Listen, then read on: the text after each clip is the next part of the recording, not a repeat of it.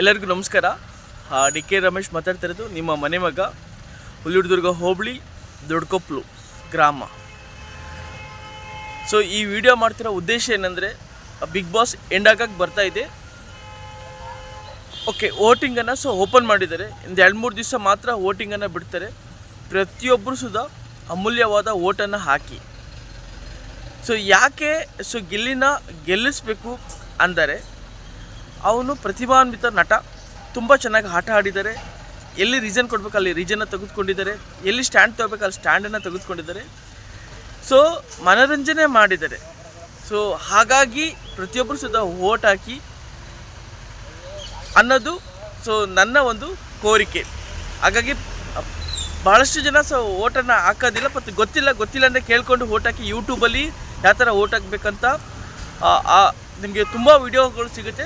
ಹಾಗಾಗಿ ಪ್ರತಿಯೊಬ್ಬರು Sudha voting lineup open ಆಗಿದೆ. ಪ್ರತಿಯೊಬ್ಬರು ಸುಧಾ ವೋಟ್ ಹಾಕಿ.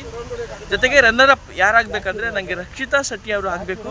ಯಾಕಂದರೆ ಒಂದು ಬ್ಲಾಗ್ ಮಾಡಿಕೊಂಡು ಎಷ್ಟು ದೊಡ್ಡ ಜನಗಳ ಮಧ್ಯೆ ಆ ಹುಡುಗಿ ಬಂದು ನಿಂತಿದೆ ಅಂದರೆ ನಿಜವಾಗ್ಲೂ ಗ್ರೇಟ್ ಅಂತಲೇ ಹೇಳ್ಬೋದು. ಓಕೆ, ರಕ್ಷಿತಾ ಶೆಟ್ಟಿ ಅವರು ಸುಧಾ ರನ್ನರ್ ಅಪ್ ಆಗಬೇಕು. ಅವ್ರಿಗೂ ಸುಧಾ ವೋಟನ್ನು ಹಾಕಿ. ಓಕೆ, ಗೆಲ್ಲಿಯವರು ಕಪ್ಪನ್ನು ಗೆಲ್ಲಬೇಕು, ರನ್ನರ್ ಅಪ್ ಆಗಿ ರಕ್ಷಿತಾ ಶೆಟ್ಟಿ ಅವರು ಇರಬೇಕು. ಯಾಕಂದರೆ ಅಷ್ಟು ಮನೋರಂಜನೆ ಕೊಟ್ಟಿದ್ದಾರೆ. ಏನು ಸರಿಯಾಗಿ ಕನ್ನಡ ಬಂದಿಲ್ಲ ಅಂದ್ರೂ ಸುಧಾ ಓಕೆ ತುಂಬ ಚೆನ್ನಾಗಿ ಆಟನ ಆಡಿದ್ದಾರೆ. ಸೊ ಗೆಲ್ಲಿಯವರು ಕಪ್ಪನ್ನು ಗೆಲ್ಲಬೇಕು, ರನ್ನರ್ ಅಪ್ ಆಗಿ ರಕ್ಷಿತಾ ಶೆಟ್ಟಿ ಅವರು ಇರಬೇಕು.